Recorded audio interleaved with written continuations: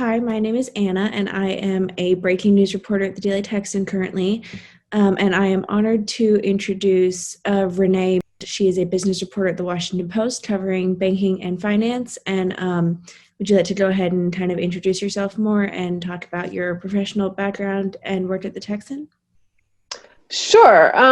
I've mostly been a business reporter. I'm currently an editor, actually, during the pandemic. The Post sent everybody home in early March. And so I've been working from home since then. Just in the last month or so, I launched a new vertical at the Post that I'm editing called The Road to Recovery. And it's basically about how people are adapting and changing to the pandemic and what's becoming our new normal. So actually, I wanted to be a creative writer. I wanted to write books. I wanted to write poetry. But in my high school, the creative writing class was full, and all they had was the journalism class. Before, I was just really attracted to the writing part of it, but as I got to practice, I became attracted to the reporting part as well. You know, I've always been a naturally shy person, an introvert, and reporting requires me to break through my natural instincts as an introvert in a lot of ways. I think that's part of why I was attracted to it. I actually first heard about the Daily Texan from Griff Singer while I was a Houston Chronicle Cub reporter right before I graduated from high school. The Houston Chronicle had this summer program for high school students, and we put out a newspaper over the summer, and Griff Singer was the advisor for it. And he obviously, told me about journalism program at the University of Texas. And so when I was accepted to UT, as soon as the school year started, I walked into the basement of the Daily Texan and applied to be a reporter. I covered state politics when Governor Ann Richards was running against George W. Bush for governor of Texas back in the day.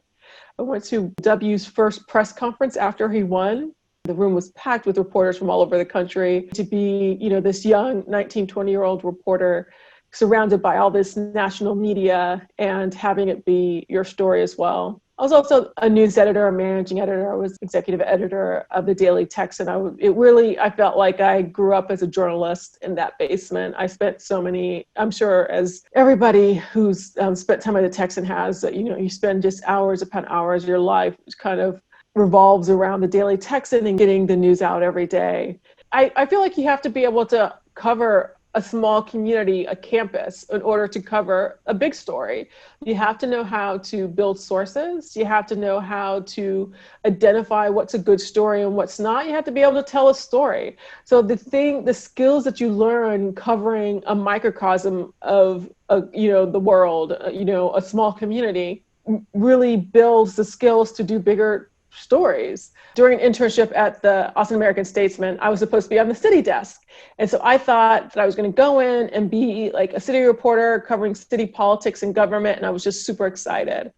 And the first day I showed up, it was a really busy day. And the city editor was like, I just can't deal with this intern. And so they sent me to the business desk. And the business editor could obviously see I was devastated and didn't want to be there, that I wanted to be on the city desk. And she said that every story goes back to money. It all relates to money.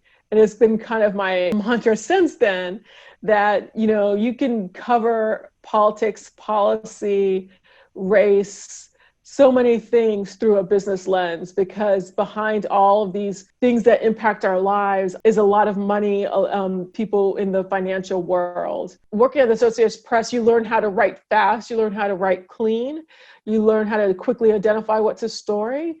And then the Wall Street Journal was someplace that really focused my attention on writing and how to be a great storyteller, because you're taking really complex topics and trying to have it understandable to an everyday audience and reach the biggest audience possible. I was in awe of the Post back then, but I didn't completely understand until I got there and saw what they were able, the Post that we were able to do for 9/11. And so it just kind of put me in awe of not just the management, but the depth of talent of the reporters, and to have that level of expertise and having people who you can just put on a plane to New York or to Iraq or to Pakistan or Afghanistan, wherever, it's awe-inspiring.